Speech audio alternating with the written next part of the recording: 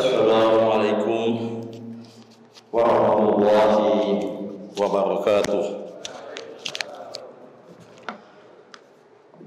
Alhamdulillahilladzi unzila fihil Qur'an hudan linnas wa bayyinatin minal huda wal furqan. Asyhadu an la ilaha illallah wahdahu la syarika lah wa asyhadu anna Muhammadan abduhu wa rasuluh. Allahumma sholli ala Muhammad wa ala alihi wa ashabihi ajmain. Amma ba'd. Yang saya hormati dan muliakan semua jamaah tarawih Masjid Syuhada yang dirahmati Allah. Pertama, mari kita panjatkan puji dan syukur kehadiran Allah Subhanahu wa taala yang telah memberikan rahmat, hidayah, inayah dan barokahnya kepada kita semua sehingga kita diberinya kesehatan dan sampai hari ini kita bisa insyaallah nanti sholat tarawih bersama dan sudah melalui 24 hari berpuasa Ramadan ini, dan mudah-mudahan kita juga bisa menyelesaikan sisa 6 hari bulan puasa Ramadan tahun ini. Salam dan salam kita sampaikan mudah-mudahan tercurah pada baginda Rasulullah SAW, dan mudah-mudahan kita juga selalu memenuhi tuntunannya dan memperoleh syafaatnya di yaumil akhir kelak. Amin ya rabbal alamin. Para jemaah tarawih yang dirahmati Allah, bulan puasa Ramadan kita mengetahui mempunyai banyak nama, banyak sebutan seperti syahrul ibadah, syahrul tarbiyah, syahrul syukur, syahrul barakah, dan macam-macam lainnya yang mempunyai makna yang sangat positif. Dan mudah-mudahan semua makna yang positif tersebut bisa kita nikmati, bisa kita peroleh.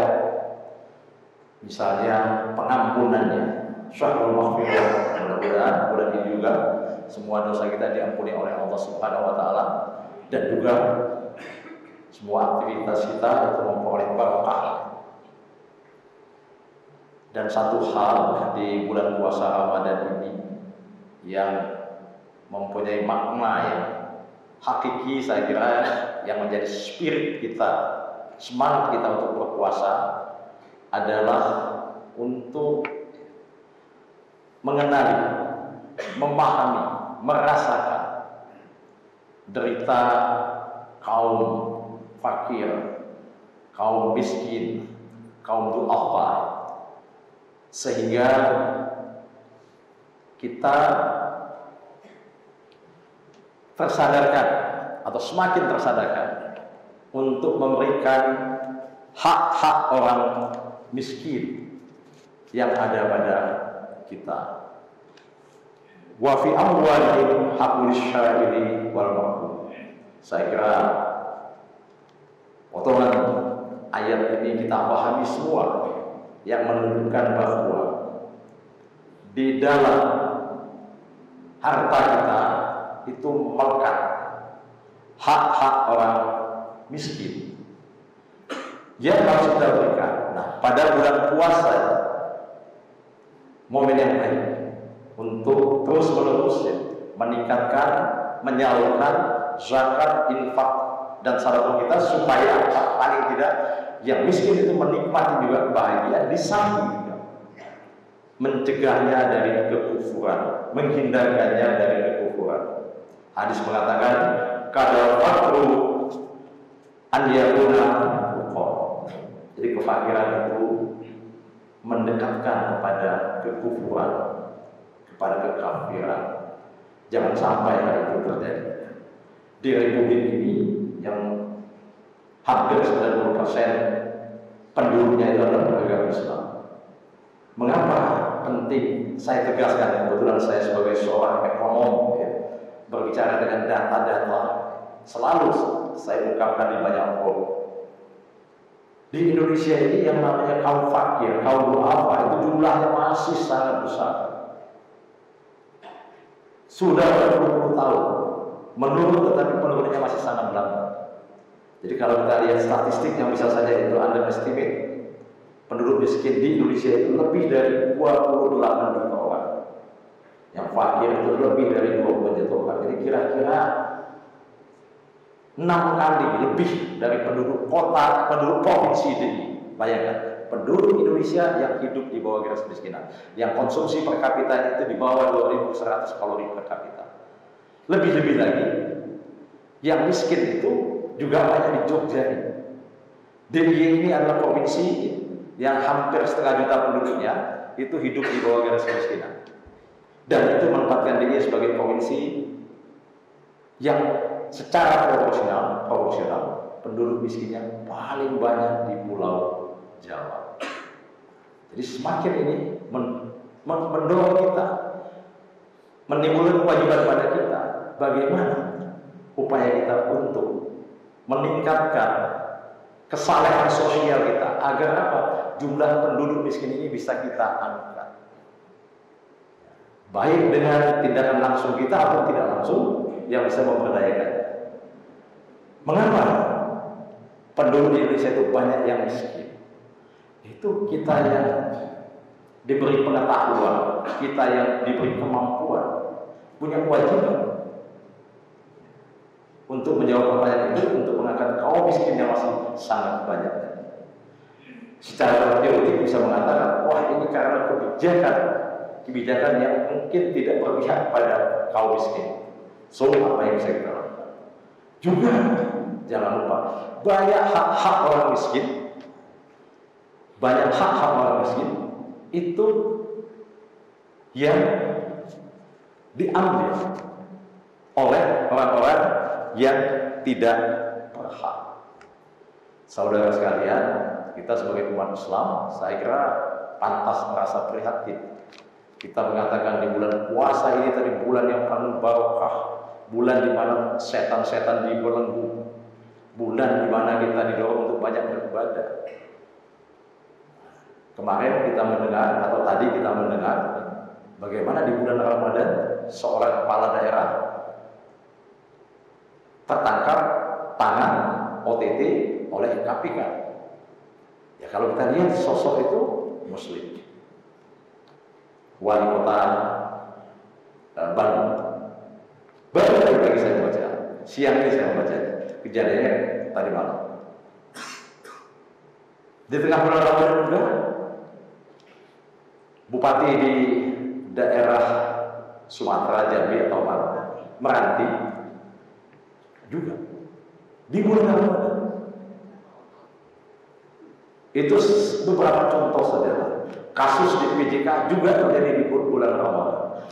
Prof. Mahfud ini saya kira menyampaikan minggu lalu juga di sini bagaimana secara terbuka ada 349 triliun dalam rekening yang di Tengarai itu melakukan pencucian uang, money laundering. Tapi ujung-ujungnya kalau ditelusuri bisa jadi, kita tidak boleh menuduh, bisa jadi itu terkait dengan korupsi. Nah, pertanyaan kita, mengapa itu bisa terjadi? Jadi kalau kita lihat nilai-nilai dalam agama Islam, jelaskan bahwasanya yang namanya korupsi itu sesuatu perbuatan yang sangat dilarang. Di Al-Baqarah 188 dikatakan, wala ta'kulu amwalukum bainakum bil batil.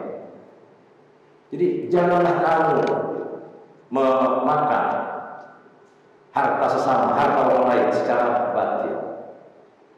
Ditegaskan lagi di dalam surat An-Nisa ayat 25, ya ayyuhallazina amanu la ta'kulu amwalukum bainakum bil batil.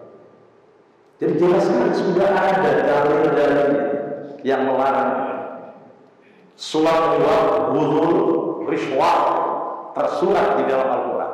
Dalam hadis juga banyak sekali disebut tentang bagaimana kita tidak boleh melakukan suap menyuap. Laknat Allah diberikan kepada mereka yang menyuap maupun yang menerima suap. Jadi pemberi dan penerima itu mendapat laknat dari Allah. Tapi faktanya kita melihat seperti yang saya contohkan tadi, ada apakah tidak tahu tentang dalil-dalil tadi?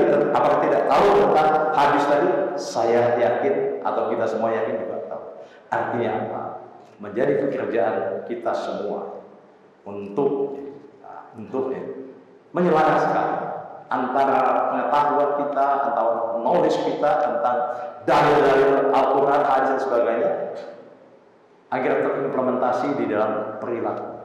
Artinya apa? Values itu masih sekedar ilmu, sekedar pengetahuan, belum diimplementasikan di dalam kehidupan sehari-hari. Saudara sekalian, ketika saya bicara tentang kebijakan tadi, jumlah penduduk miskin kita saya katakan lambat turunnya. Bahkan terkadang juga meningkat jumlah penduduk miskin itu. Secara absolut maupun secara persentase meningkat. Apakah ada kebijakan yang salah? Sangat mungkin ada kebijakan yang salah. Kalau kita melihat pada pandemi yang lalu, orang miskin di Indonesia itu meningkat sampai 2 digit. Artinya di atas 10% dari total penduduk miskin di Indonesia. Absolutnya di atas 30 juta pada tahun 2020 dan 2021. Tetapi apa yang terjadi dengan pertumbuhan dari konglomerat kita, aset konglomerat kita? Sebuah survei menunjukkan bahwasanya pada masa pandemi konglomerat itu asetnya itu meningkat 11%. 11%. Artinya jauh di atas pertumbuhan ekonomi kita yang tahun 2020 itu negatif dan 2021 pun positif tapi hanya 3%. Tapi pertumbuhan konglomerat itu naik 11%. Jadi ada sesuatu yang salah di kebijakan kita yang berpihak kepada yang mampu, bukan berpihak kepada kaum du'afa, kaum mustad'afin, kaum fakir yang seharusnya lebih dulu diberdayakan. Maknanya itu apa? Ya, kita harus berhati-hati atau harus cerdas bagaimana memilih, karena ini kan lagi ramai sekarang. Kita berbicara tentang pemimpin yang akan kita pilih, memimpin republik ini ataupun memimpin legislatif dan sebagainya. Bagaimana kita bisa memilih pemimpin yang tadi yang tidak perlu, yang berpihak pada kaum du'afa, kaum fakir, bukan kepada yang sudah mampu. Yang saya sebutkan tadi konglomerat misalnya. Ada satu konglomerat, saya kira saudara pernah semua mendengar namanya, itu pemilik keluarga ya. BCA, pemilik juga jauh ya. Keluarga Michael dan Budi Hartono ya. Itu asetnya kira-kira kalau kita rupiahkan itu lebih dari 740 triliun. Jadi kira-kira seperempat dari APBN Indonesia pada tahun ini. Saya mencoba menghitung itu, kalau dibagikan saja uang itu kepada seluruh rakyat Indonesia yang penduduknya 275 juta, itu satu orang bisa mendapat 30-an juta. Bayangkan. Untuk dibagikan dari bayi sampai ke orang yang sudah mau sakaratul maut. Saking banyak harta itu. Ini yang tumbuh pada masa pandemi. Nah, ini saya kira perlu kita perbaiki, dan Allah juga sudah menjanjikan kepada kita semuanya bahwa yang bisa mengubah nasib kita itu adalah kita sendiri. Innallaha la yughayyiru biqaumin hatta yughayyiru bi anfusihim. Demikian kultum singkat yang bisa saya sampaikan. Mudah-mudahan ada manfaatnya. Nasrul minallahi wa fatun qarib wa basyiril mu'minin. Wassalamualaikum warahmatullahi wabarakatuh.